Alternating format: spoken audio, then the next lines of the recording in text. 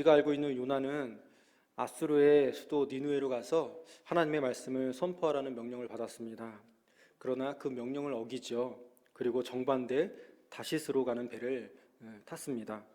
아수르는 이스라엘의 원수 국가였습니다. 원수의 나라에게 주의 복음을 전하라고 하는 것은 요나가 절대로 순종할 수 없는 일이었습니다. 원수가 망하는 것 얼마나 좋은 일이겠습니까? 그것이 맞지, 당연하지, 어서 망해야지 라고 하는 생각이었을 것입니다. 그래서 요나는 다시스로 도망가는 도중에 있습니다. 그런데 광풍이 일어나서 배가 파손될 위기를 맞이하게 되었죠. 이 요나는 하나님의 말씀을 어기고 다시스로 도망하고 있습니다. 하지만 하나님은 그를 붙들어서 강권적으로 당신의 일을 행하도록 역사하고 있습니다. 여러분, 하나님은 개인에게나 민족에게나 하나님이 원하시는 바가 분명히 있습니다. 하나님이 두신 뜻이 있다는 것이죠. 하나님의 이상이 있고 하나님의 소원이 있습니다. 그것을 위하여서 하나님은 오늘도 역사하고 계신 것입니다. 이 거룩한 역사 앞에 우리는 늘 순종해야 하는 것입니다. 그래야 그 풍랑이 고요해질 수가 있는 것이죠. 그러나 이 요나는 미쳐 날뛰는 바다를 보기 전까지는, 그리고 하나님을 무시하고 불순종하며 사는 것이 얼마나 살 가망이 없는지 알기 전까지 그는 하나님께 대한 불순종이 큰 죄라는 것을 깨닫지를 못했습니다. 모든 사람들이 배의 물건을 이제 바다에 다 던집니다. 그것도 안 되니까 제비를 뽑았죠. 그런데 거기서 요나 자신이 드러납니다. 그 전까지 요나는 이 성난 바다가 자신을 향한 하나님의 심판이라는 사실을 깨닫지 못하고 있었습니다. 여러분, 기억하시기 바랍니다. 우리가 사는 세상은 서로 연결이 되어 있습니다. 남이 잘못했지만 그 결과에 따라서 그 결과에 나도 예외가 될 수가 없는 것입니다. 분명히 남이 잘못했지만 그 한 사람의 잘못으로 끝나지 않는다는 사실이죠. 마치 극단적인 표현이지만 버스 운전사 한 사람이 잘못을 한다면 그 한 사람의 잘못으로 끝나지 않는 것과 마찬가지입니다. 이 요나 한 사람의 잘못으로 인하여서 지금 배 위의 모든 사람이 죽음에 직면하고 있다는 사실입니다. 그와 반대로 한 사람의 축복은 공동체의 축복이 될 수도 있습니다. 우리가 아는 요셉은 보디발의 집에 노예로 살고 있었습니다. 그때 성경은 이와 같이 말씀합니다. 창세기 39장 5절 말씀입니다. 그가 요셉에게 자기의 집과 그의 모든 소유물을 주관하게 한 때부터 여호와께서 요셉을 위하여 그 애굽 사람의 집에 복을 내리심으로 여호와의 복이 그의 집과 밭에 있는 모든 소유에 미친지라 라고 말씀합니다.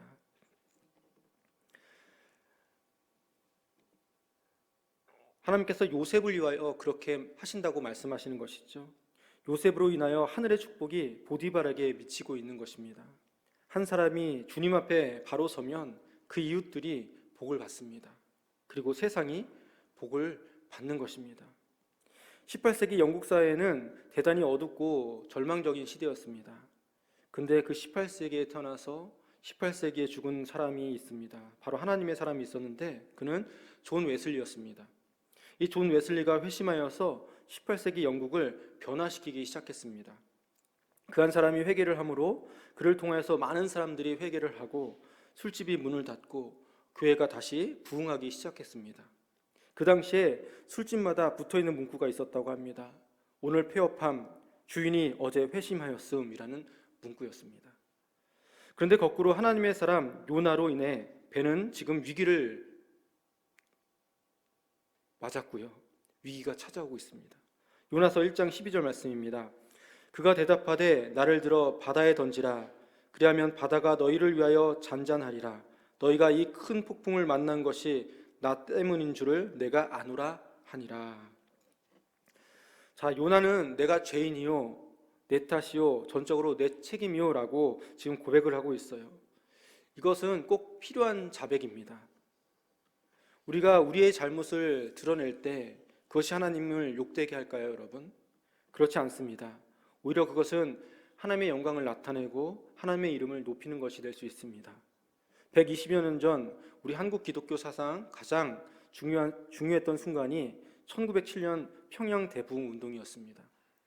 1907년 1월 14일 저녁 7시 길선주 장로님은 1,500명의 성도 앞에 섰습니다. 그리고 회개하기 시작했습니다. 여러분, 저는 아간과 같은 사람입니다. 저 때문에 하나님께서 우리 교회를 축복할 수가 없습니다. 친구 부인의 재산을 관리하던 중에 돈 100원을 착취하였습니다. 저는 하나님의 역사를 방해했습니다. 그렇게 고백이 있은 후에 흐느껴 울기 시작했습니다. 이 길선주 장로님이 보여준 회개는 그 자리에 앉아있던 선교사님과 모든 사람들을 충격에 몰아넣었습니다. 그때부터 새벽 늦게까지 한 사람씩 앞다투어 회개를 시작했죠. 모두가 내가 죄인입니다. 내가 죄인입니다. 선교사들은 자신의 편견을 회개했고, 그리고 교인들은 자신들의 마음을 회개했습니다. 자신들의 어떤 모든 죄와 미움을 다 회개했습니다. 이 집회에 참석했던 정익로 장로님이라는 분이 그때 이 상황을 이렇게 회고하고 있습니다. 그날 밤 길선주의 얼굴은 위엄과 능력이 가득 찼으며 순결과 성결로 불붙었다. 그는 길선주가 아니었고 바로 예수님이었다. 그는 원래 눈이 어두워 나를 잘 보지 못하였을 것이나 나는 그의 앞에서 도피할 수가 없었다. 하나님이 나를 불러놓으신 것으로만 생각되었다. 전에 경험해 보지 못한 죄에 대한 두려움이 나를 엄습했다. 놀라운 고백이죠. 지금 요나는 이 길선주 장로님과 같이 자신의 죄를 자복하고 있습니다. 만일 요나가 자신의 죄를 자백하지 않았다면 어떻게 되었을까요, 여러분? 배는 끝내 침몰하고 말았을 것입니다. 우리는 우리 자신의 숨겨진 죄를 고백해야 합니다. 문제의 원인이 내 안에 있다는 것이죠. 내 안에 있는 그 원인을 깊이 생각해야 합니다. 그 죄는 깊이 숨겨져 있습니다. 저 바다 밑에 배의 밑창에 숨겨져 있는 요 나를 끄집어내야 하는 것입니다. 흔히 사람들은 다른 사람들에게 짓는 죄는 크게 생각하지만 하나님께 짓는 죄는 무심하게 생각할 때가 많이 있습니다. 그러나 정말 죄 중에 무서운 죄는 우리가 하나님께 짓는 죄입니다. 하나님의 말씀에 불순종하는 것이죠. 오늘날 사람들은 불순종이 얼마나 무서운 죄인가를 깨닫지 못하고 있습니다. 사람들이 그런 죄를 계속 짓고도 얼굴을 들고 사는 것은 자신이 하나님처럼 높아진 교만함 때문일 것입니다. 자신이 하나님 앞에 마치 티끌과도 비교할 수 없는 존재라는 것을 아는 사람은 하나님 말씀에 불순종할 수도 없고 불순종하고도 고개를 들 수도 없는 것이죠. 여기서 생각해 볼 것이 하나 있습니다. 그것은 요나 자신이 내 탓이오라고 말할 때 그 사실은 요나밖에 모른다는 것입니다. 사람들이 볼 때 그는 살인을 하지 않았습니다. 도둑질도 하지 않았습니다. 간음을 하지도 않았습니까? 그가 살인을 했습니까? 도둑질을 했습니까? 무엇을 했습니까? 그런 종류의 죄가 아닙니다. 그것은 사람에게 범한 죄가 아니고 하나님께 대한 죄였던 것이죠. 그런데 뱃사람들이 볼 때는 멀쩡한 사람이 내 잘못이요, 나를 바다에 던지시오 라고 말할 때 이것을 쉽게 납득할 수가 없었습니다. 오늘 본문을 보면 뱃사람들이 요나를 미워했다는 흔적을 발견할 수가 없습니다. 오히려 어떻게 해서든지 요나를 살리려고 애를 쓰는 것이죠. 왜 그랬을까요? 모두가 하나님 앞에서 죄인이라는 인식을 무의식 중에 공유했을 수도 있습니다. 오히려 요나가 자신보다도 의인이라고 생각할 수도 있습니다. 이것을 잊지 말아야 합니다. 요나 자신이 내가 원인이라는 것을 말하는 그 죄는 오직 요나만이 알고 있다는 것이죠. 아무도 모르는 죄입니다. 뱃사람들이 알 일이 전혀 없습니다. 세상 사람들이 이해할 수 없습니다. 세상의 시각으로 본다면 이해할 수가 없는 것이죠. 그러나 신앙의 시각으로 본다면 그것은 자신만이 알고 있는 죄인 것입니다. 자신이 원인인 것을 알고 있습니다. 자신이 하나님의 말씀에 불순종하고 있는 것을 알고 있습니다. 하나님은 당신의 백성이 불순종할 때, 교만할 때 책망하십니다. 그러나 사정을 알 리 없는 이 뱃사람들은 어떻게 해서든지 배를 육지에 가까이 갖다 대려고 애를 쓰고 있습니다. 그러나 아무 소용이 없죠. 사람들은 죄의 문제를 다른 인간적인 방법으로 해결하려고 애를 씁니다. 그러나 아무 소용이 없습니다. 요나서 1장 13절 말씀입니다. 그러나 그 사람들이 힘써 노를 저어 배를 육지로 돌리고자 하다가 바다가 그들을 향하여 점점 더 흉흉함으로 능히 못한지라. 지금 이 뱃사람들이 모르고 있는 것은 무엇일까요, 여러분? 그것은 하나님의 진노를 해결하는 방법은 인간의 더 많은 정성이 아니라 인간의 주 앞에 나와서 회개하는 것뿐이라는 사실이었습니다. 하나님이 원하시는 것은 요나가 회개하는 것이었습니다. 회개하지 않는 요나를 태운 배는 항해를 지속할 수가 없는 것입니다. 이때 요나가 말합니다. 안 됩니다. 소용없습니다. 나를 던져서 바다에 넣으십시오. 그는 자신의 잘못을 시인하고 있습니다. 아무리 생각해봐도 억울하다, 아무리 생각해봐도 제비가 잘못 뽑힌 것 같다, 그렇게 말하지 않습니다. 이처럼 자신의 죄를 고백할 수 있어야 합니다. 나 자신에게서 문제를 찾지 않고 다른 모든 사람에게서 문제를 찾는 것은 잘못된 것이죠. 인류의 역사에 가장 흉악무도한 깽단이 있었습니다. 바로 알카포네 깽단입니다. 이 깽단은 1900년대 초반에 시카고를 중심으로 활발하게 활동했었던 깽단입니다. 무고한 사람들을 해치고 도박을 일삼고 천지를 공포의 도가니로 몰아넣었습니다. 그러나 마침내 이름만 들어도 무서워 떨던 이 깽단의 두목 알카포네가 체포가 되었죠. 그가 재판을 받는데 그는 법정에 서서 이와 같이 말했습니다. 나는 죄가 없습니다. 내가 잘못한 것이 아니라 불우한 환경에서 내가 범죄할 수밖에 없는 인간이 되기까지 나를 키운 우리 부모와 우리의 사회가 잘못입니다. 나는 악한 사회의 희생제물입니다. 나는 억울합니다. 그렇게 그는 자신의 무고한 것을 주장하면서 마지막 순간까지 죄를 인정하지 않았습니다.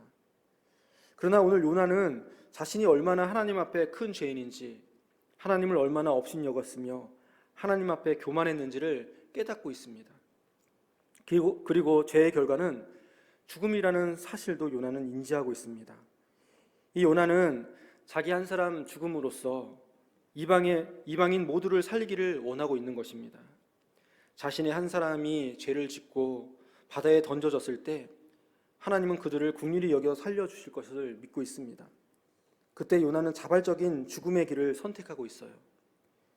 이때 뱃사람들은 자신들을 살리기 위해서 무고한 사람이 죽는다고 생각하게 되었습니다. 그래서 이와 같이 기도합니다. 요나서 1장 14절 상반절 말씀입니다. 무리가 여호와께 부르짖어 이르되 여호와여 구하고 구하오니 이 사람의 생명 때문에 우리를 멸망시키지 마옵소서. 무죄한 피를 우리에게 돌리지 마옵소서. 무고한 피를 우리에게 돌리지 마옵소서. 이들이 기도할 때 이들이 깨닫는 것이 무엇이었을까요? 그것은 자기들 중에 가장 의로운 사람이 자기들의 죄를 대신하여서 죽는다는 것이었습니다. 우리 예수 그리스도께서 십자가 위에서 행하신 일이 바로 이것이었죠. 요나가 이처럼 자신의 죄를 지고 죽기를 작정했을 때 바로 이때부터 요나의 진짜 이야기는 시작이 됩니다. 하나님의 위대한 구원의 그 섭리가 시작되는 것이죠. 그것은 남을 살릴 뿐만 아니라 그 자신을 살리는 것이었습니다. 폭풍을 이는 바다에서 뱃사람들은 기도를 간절히 했습니다. 희한하지 않습니까? 다른 이방신을 섬기는 그 이방인들이 하나님께서 들어주시면 목숨을 구하는 것이고 그렇지 않으면 끝장이라는 인식을 갖게 되었어요. 오늘 우리도 기도해야 합니다. 이 땅에 바람이 불고 폭풍이 불 때에 가장 기도해야 할 사람은 하나님을 믿는 바로 우리들입니다. 제가 저번에 설교할 때 우리가 기도하지 않으면 누가 기도하라고 말한다고 했습니까, 여러분? 하나님을 믿지 않는 사람들이 제발 기도 좀 해라 말하는 때가 올 수 있다는 것입니다. 그리고 이와 같이 고백을 합니다. 요나서 1장 14절 말씀. 주 여호와께서는 주의 뜻대로 행하심이니이다 하고. 자, 이 말씀이야말로 정말 요나서의 주제이죠. 하나님의 뜻은 여러분, 하나님이 뜻을 정하시면 뜻대로 행하시는 분이십니다, 여러분. 하나님의 뜻은 절대로 꺾어지지 않습니다. 취소되지 않습니다. 하나님은 당신의 뜻을 이루시기 위해서 사람을 부르시고 바람을 부르시고 큰 물고기도 부르시는 분이십니다. 피조물인 우리가 하나님의 뜻을 거슬리면서 살 수가 없고 하나님을 또한 속일 수도 없습니다. 그러므로 책망을 받고 하나님의 일을 하는 것보다 책망을 받기 전에 하나님의 일을 하는 것이 훨씬 지혜로운 일이죠. 내가 경험하고 깨닫는 것보다 다른 사람들의 경험을 통해서 미리 깨닫고 아는 것이 훨씬 더 지혜 있는 일입니다. 예수님은 우리에게 기도를 말씀하시면서 뜻이 하늘에서 이루어진 것 같이 땅에서도 이루어지기를 바라며 기도하라고 말씀하셨습니다.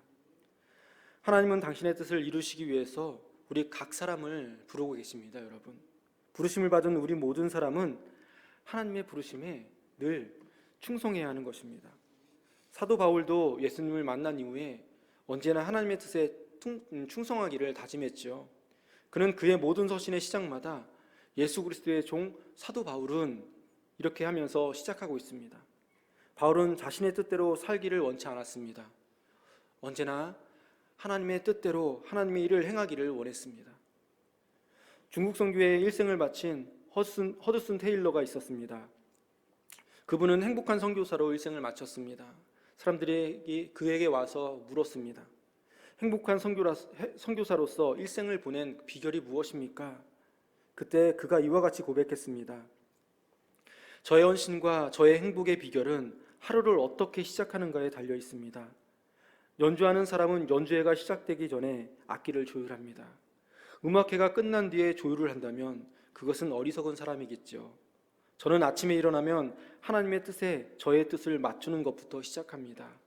그러면 그날의 삶이 보람이 됩니다. 사랑하는 여러분, 이와 같이 하나님의 뜻을 맞추고 그리고 하나님의 뜻대로 사시는 저와 여러분이 될 수 있기를 간절히 축복합니다. 하나님의 뜻을 이루는 것이 우리의 우선순위가 되어야 한다는 것입니다. 이와 같이 살면 우리의 일생의 삶은 언제나 보람찰 것이고 기쁨이 있을 것이고 행복할 줄 믿습니다. 시편의 시인은 고백합니다. 시편 40편 8절 말씀입니다. 나의 하나님이여, 내가 주의 뜻 행하기를 즐기오니 주의 법이 나의 심중에 있나이다 하였나이다. 아멘. 뱃사람들이 기도를 마친 후에 드디어 요나를 들어서 바다에 던지게 됩니다. 요나서 1장 15절 16절 말씀입니다. 요나를 들어 바다에 던짐에 바다가 뛰노는 것이 곧 그친지라 그 사람들이 여호와를 크게 두려워하여 여호와께 제물을 드리고 서원을 하였더라. 하나님은 풍랑이 있는 바다를 즉시 그치게 하셨습니다. 요나를 바다에 던졌을 때 어두컴컴했던 그 하늘이 맑게 개이고 풍랑이 그치고 바다가 고요해지는 것을 보게 되었습니다. 그것을 보고 뱃사람들은 무서워했습니다. 하나님의 살아계심과 전능하심을 직접 목도하게 된 것입니다.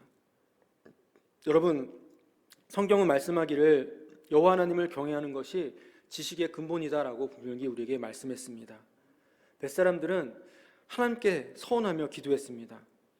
이때 이들이 무엇을 서원했을까요, 여러분? 성경에 나와 있지 않지만 아마도 지중해를 항해하며 앞으로 바다와 육지를 지으신 하나님을 기억하고 하나님을 두려워하며 하나님께 감사하는 삶을 살겠다라고 서원하지 않았을까요, 여러분? 이 바다에 빠진 요나는 그렇다면 어떻게 또 되었을까요? 요나의 이야기는 그것으로 끝났을까요, 여러분? 아마 뱃사람들은 요나의 인생이 끝났다고 생각했을 것입니다. 그 뱃사람들은 이제 요나의 그 이유를 알지 못합니다. 그 넓고 깊은 바다에 빠진 사람이 어떻게 내일을 기약할 수 있겠습니까? 그런데 여러분, 하나님은 성경의 말씀처럼 바다와 육지를 지으신 하나님이십니다. 풍랑이 있는 바다도 바닷속의 물고기도 하나님의 통치 아래에 있다는 것이죠. 이 요나가 바다에 던져졌지만 요나의 희생은 그것으로 끝나지 않았다는 사실입니다. 사랑하는 여러분, 세상의 관점에서 보면 우리 인생은 끝나 보일 때가 있습니다. 살다 보면 내가 생각해 보는데 이게 마지막이겠구나. 이제는 희망이 정말 없겠구나. 정말 끝이구나. 이렇게 생각할 때가 있을지 모르겠습니다. 하지만 여러분, 하나님의 관점에서는 하나님이 끝내지 않으시면 끝난 것이 절대 아닙니다. 그 사실을 여러분 믿으시기 바랍니다. 성경은 말씀합니다. 요나서 1장 17절 말씀입니다. 여호와께서 이미 큰 물고기를 예비하사 요나를 삼키게 하셨으므로 요나가 밤낮 3일을 물고기 뱃속에 있으니라. 하나님은 요나가 바다에 던져지기 이전에 이미 큰 물고기를 준비해 놓고 계셨습니다. 오늘 요나서가 말씀하는 하나님은 사람만을 임명하는 하나님뿐만 아니라 바람도 임명하시고 물고기도 임명하시는 분이십니다. 하나님은 인간만이 아니라 자연 만물을 지배하시는 전능하신 분이십니다. 여러분, 우리는 하나님께서 임명하신 곳에 있어야 할 줄 믿습니다. 우리는 스스로 갈 길을 정해서 가는 존재가 아닙니다. 하나님께 순종한 삶이라는 것은 하나님께서 있으라 하신 그곳에 있는 삶을 말하는 것이죠. 우리의 기대와 우리의 생각과 다를지라도 우리는 그곳에 있어야 합니다. 그러면 하나님은 우리 가운데 은혜와 공유를 베푸실 줄을 믿습니다. 이 요나는 있어야 할 곳에 있지 않아서 큰 풍랑을 만나게 되었습니다. 나 한 사람의 불순종으로 인하여서 바람이 불고 우리의 가정과 우리의 사회와 우리의 국가가 위기를 만날 수가 있습니다. 이 불순종이 문제인 것입니다. 이 요나는 하나님의 생각에 반기를 들고 있습니다. 때로 우리는 하나님의 방식이 이해가 안 될 때가 분명히 있습니다. 그런 경우에 여러분 어떻게 하시겠습니까? 그때는 내 뜻대로 행해야 할까요? 하나님의 뜻대로 해야 할까요? 에덴 동산에서 우리에게 치명적 불행을 안겨준 사건이 무엇입니까? 바로 우리 자신의 뜻대로 행하였던 그 사건이었습니다. 그러므로 시편의 시는 이와 같이 날마다 고백했습니다. 시편 139편 23절 24절 말씀입니다. 하나님이여 나를 살피사 내 마음을 아시며 나를 시험하사 내 뜻을 아옵소서. 내게 무슨 악한 행위가 있나 보시고 나를 영원한 길로 인도하소서. 아멘. 그러나 요나는 하나님의 사람으로서 아직도 자신의 생각이 하나님의 생각보다 더 중요했습니다. 하나님은 요나를 통해서 하나님의 축복이 이방 백성들에게로 흘러가기를 원하셨습니다. 그것이 하나님께서 저와 여러분을 부르신 목적입니다. 창세기는 하나님께서 아브라함을 부르시는 명장면이 있습니다. 그때 말씀하시기를 내가 너로 축복의 근원이 되게 하리라. 땅의 모든 족속이 너로 인해서 복을 얻게 될 것이다 말씀하셨습니다. 하나님께서 아브라함을 축복의 통로로 사용하시기 위해서 아브라함을 부르시고 있다는 것입니다. 오늘 그와 같이 이스라엘을 부르시고 우리 각 사람을 부르시고 있습니다. 하나님의 나라는 오늘 나로부터 시작됩니다. 나를 하나님께 복종시킬 때 하늘의 복이 이 땅 가운데 우리 가정에 또 우리 이웃에게 우리 사회에 임하게 될 줄 믿습니다. 여러분, 오늘 여러분을 부르신 하나님의 목적이 무엇입니까? 오늘 나를 향하신 하나님의 뜻이 무엇입니까? 나를 향한 하나님의 그 뜻이 다 이루어지기 전까지 어쩌면 우리 앞에 풍랑은 잠들지 않을 것입니다. 그러므로 저와 여러분에게 하나님의 뜻이 이루어지기를 우리 모두가 함께 간절히 기도할 수 있기를 간절히 바랍니다. 하나님의 뜻을 따라서 하나님의 일을 온전히 행하시는 저와 여러분, 그리고 우리 광교 계림교회가 될 수 있기를 주님의 이름으로 간절히 축원합니다.